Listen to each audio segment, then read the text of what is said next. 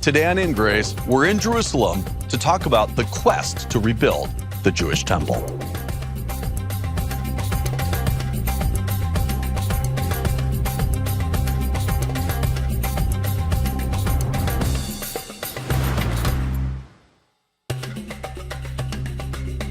In the last two episodes of our InGrace special, The Quest to Rebuild the Jewish Temple, we witnessed 5 red heifers journey from Texas to Israel.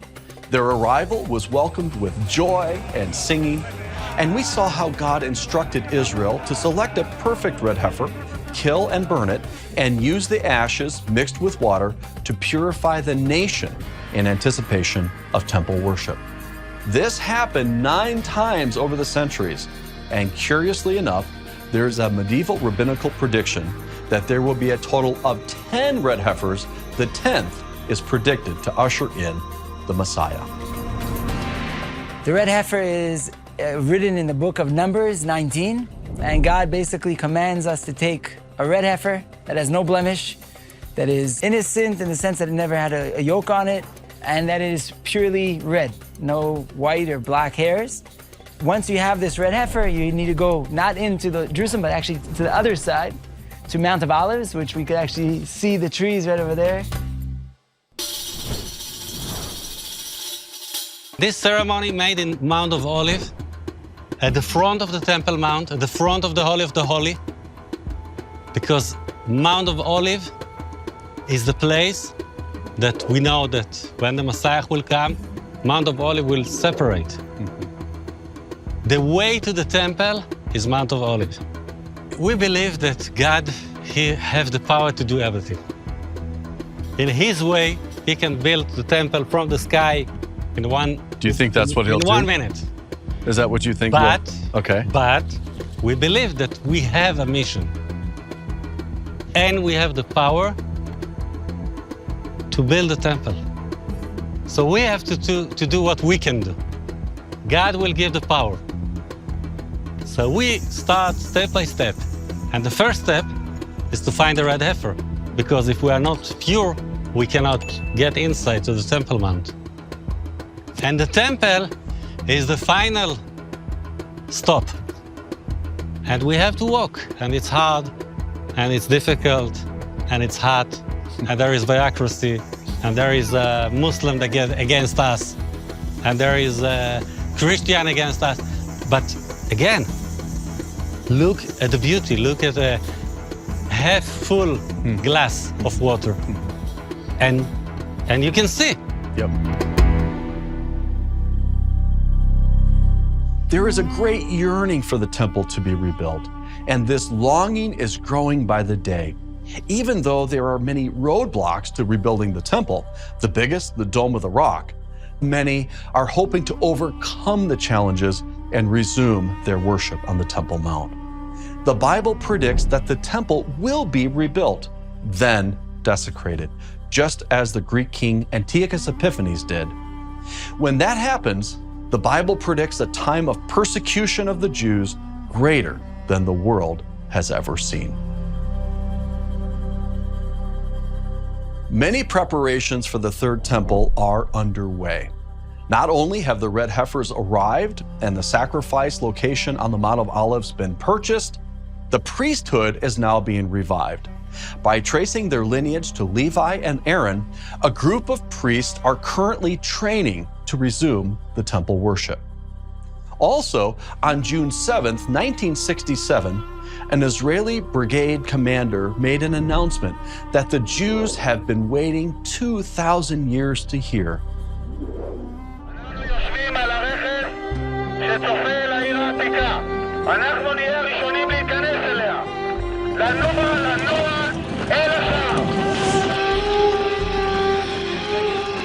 אנחנו הולכים ומעמיקים לתוך העיר העתיקה. הר הבית בידינו, כאן תבין, הר הבית בידינו. לראות תאב כבעל, כל הכבוד. Inexplicably, Israel turned around and gave authority of the Temple Mount right back to Jordan. A soldier at the Temple Mount that day was Rabbi Yisrael Ariel.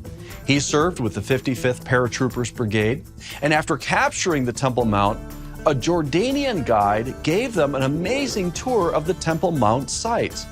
After showing the Israeli soldiers where the temple would have been and the menorah and the other items, Rabbi Ariel asked the guide why he was telling them all of this.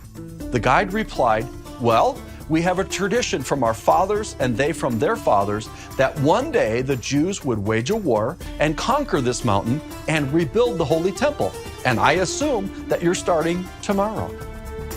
While they didn't start to rebuild the temple the next day, Rabbi Ariel did start an organization called the Temple Institute, dedicated to making exacting preparations for the Third Temple's rebuilding and resumption of the priesthood and sacrificial system. There's a lot of individuals and organizations that are seeking to rebuild the Jewish temple, but there's none more important than the Temple Institute. I'm going to walk through this museum. So although we can't film inside, I'm going to come out and tell you what I've seen.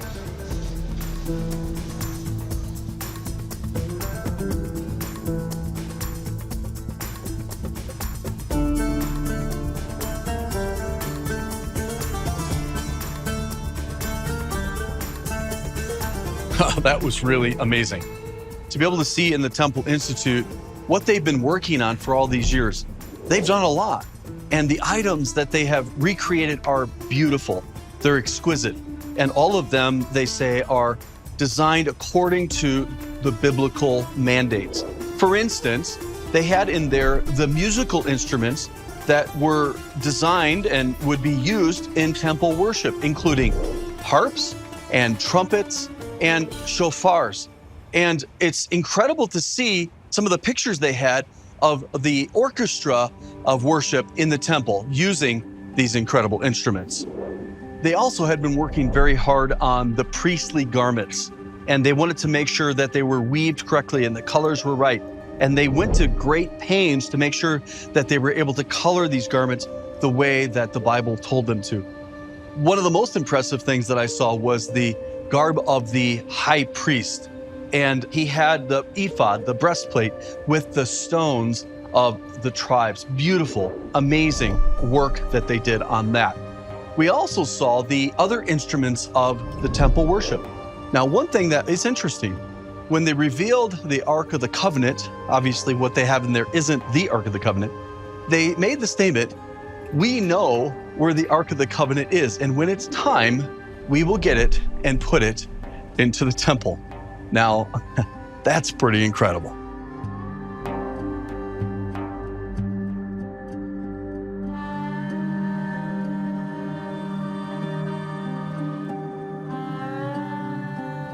This is a golden menorah, one of the implements, the items that they've made out of pure gold, solid gold. Very, very intricate, very expensive, amazing. So they have things like the menorah, they have things ready to go for rebuilding the temple.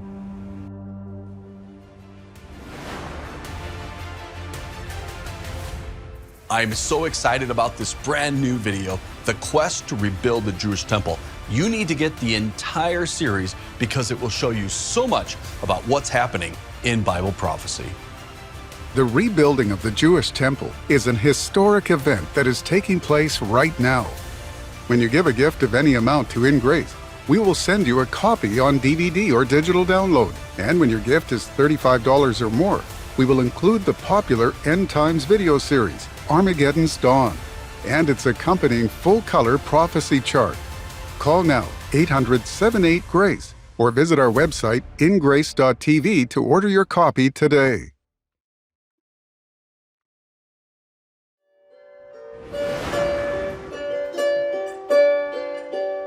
Years ago, my dad and some of the people in our church bought my mom a harp from Israel.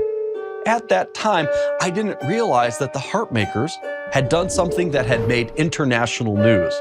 They had made the first David's harp in Israel in 2,000 years.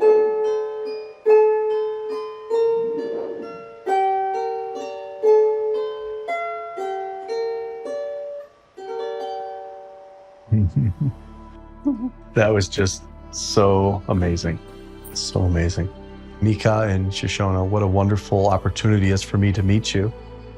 But you had this big fire a year ago or so. There was a huge fire roaring up this valley right here. And when it got to our place, the wind changed, and it just came towards us and just destroyed the place.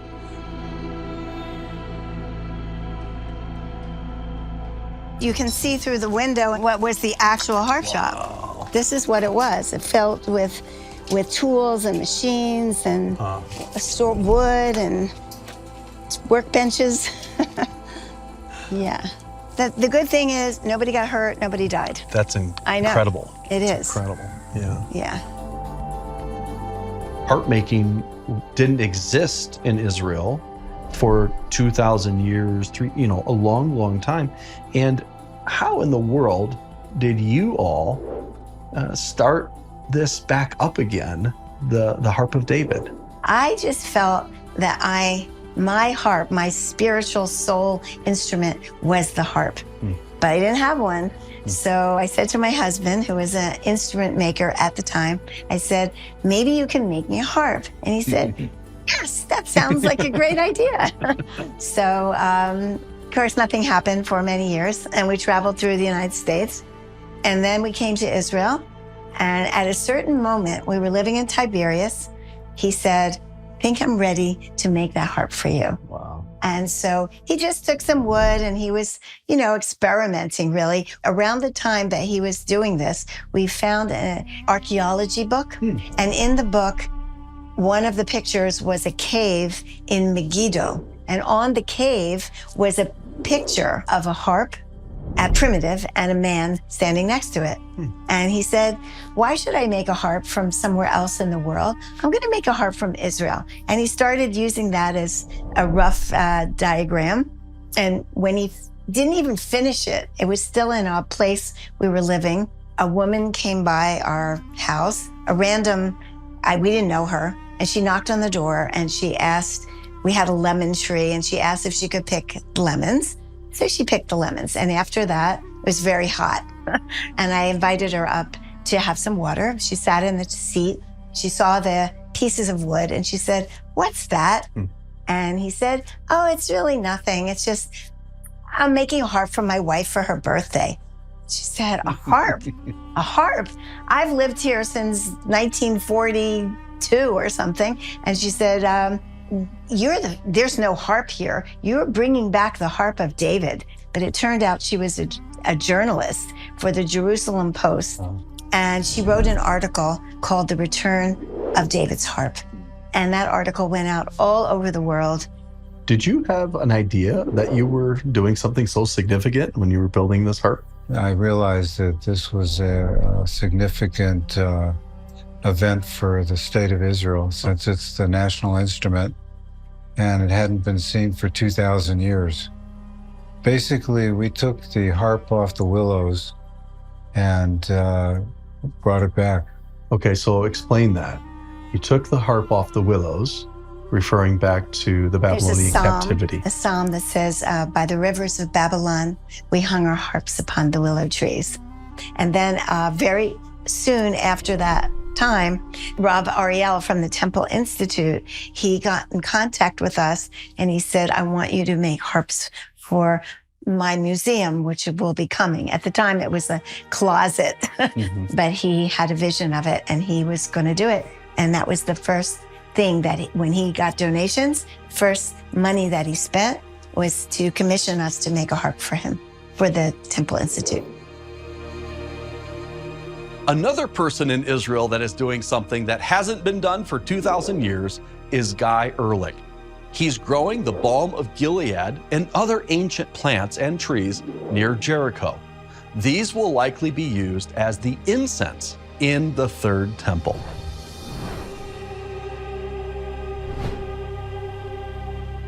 Let's talk about the Balm of Gilead, because in 1 Kings chapter 10, it says that the Queen of Sheba came and brought Solomon, in the version I use, it says spices, but in the original, it's this In balsam. Hebrew, in Hebrew, it's balsam. Balsam. So Balsam. there is a thought that this was not just a dry spice, but an actual plant that she brought. And indeed, in the biblical text, there is the sentence, and there were no such a balsam till then. Okay, so since thousands of years, this hasn't existed in this land for sure. For 1,500 years, it was not here, yeah. Guy offered me a ride on his four-wheeler. Always up for adventure, I took him up on his offer, and it was fun to zip around a farm near Jericho that was connected around incense for the third temple.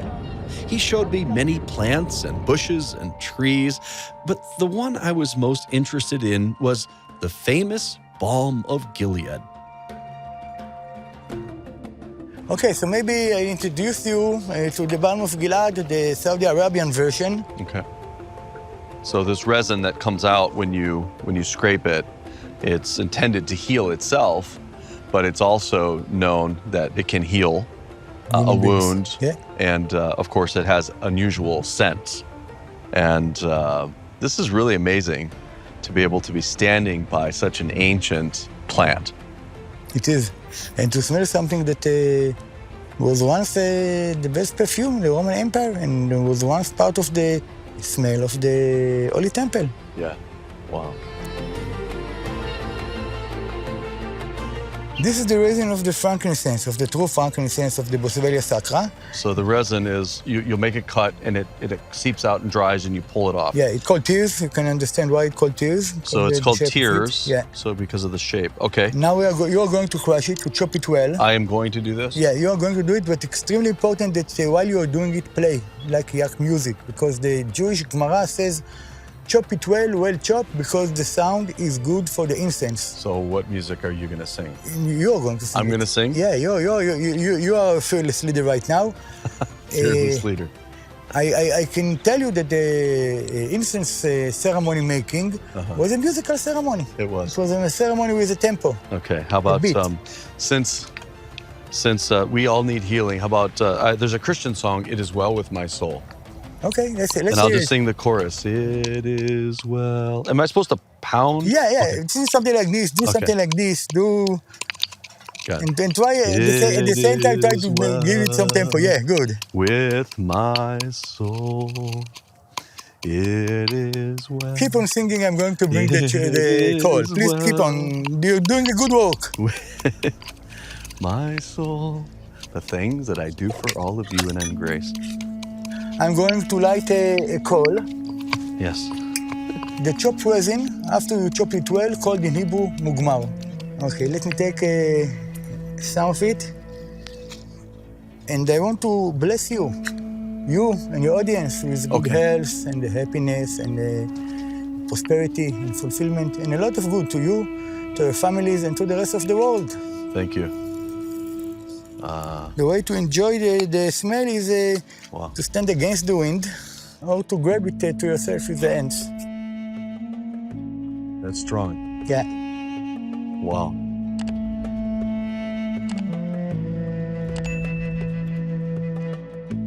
Just before the first temple was destroyed by Babylon, the Shekinah glory left the temple and went over to the Mount of Olives. From there, it ascended into the sky and disappeared. That presence of God on earth has reappeared, but veiled. The light of the world, born in Bethlehem, raised in Egypt and Nazareth, was crucified in Jerusalem. But the light was not snuffed out, for in 3 days, in dazzling brightness, he rose again. Eventually, he ascended into heaven from the very place where we last saw the Shekinah glory.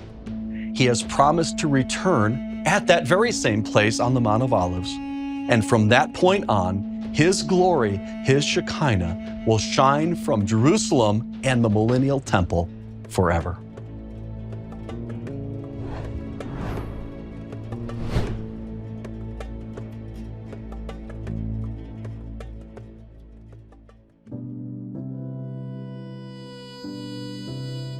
Christians believe that Jesus is the Messiah and that he fulfilled the law and the prophets. Since we could not keep the law, Jesus did. Because Jesus kept the law, so can I if I walk in the Spirit every day. The Bible also teaches that we have a high priest after the order of Melchizedek. We as Christians have direct access to the Father because of Jesus. The veil of separation was removed, and we are now the temple of the Holy Ghost, according to 1 Corinthians chapter 6. From a child, I've longed for Jesus to return. I've witnessed a growing wave of Jewish people praying and working for the third temple. And these events excite me because they seem to indicate the Lord's return is soon. With all of that in mind, thinking about the rebuilding of the Jewish temple, I come back to this. The most important thing is to know that you have eternal life. Jesus said, "For God so loved the world, that he gave his only begotten Son, that whosoever believeth in him should not perish, but have everlasting life." What does that mean? That means to put your trust in, not a religion, not works, but in the one that kept the law perfectly. His name is Jesus, and you can receive him by faith right now.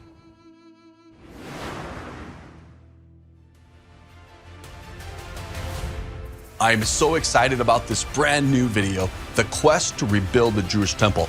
You need to get the entire series because it will show you so much about what's happening in Bible prophecy. The rebuilding of the Jewish temple is an historic event that is taking place right now.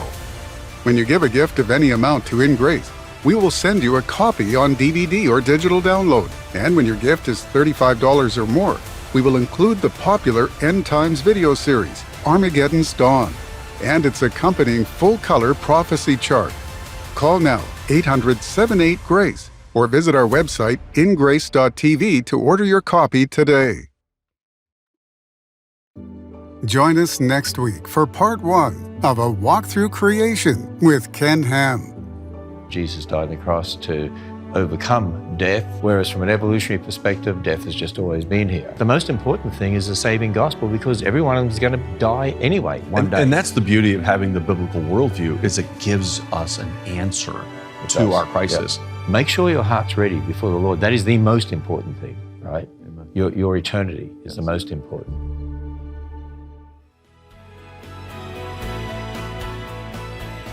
Record every single InGrace episode. You will be so blessed as we learn all about God's world and God's Word. InGrace is a viewer-supported ministry. Thank you for your prayers and gifts.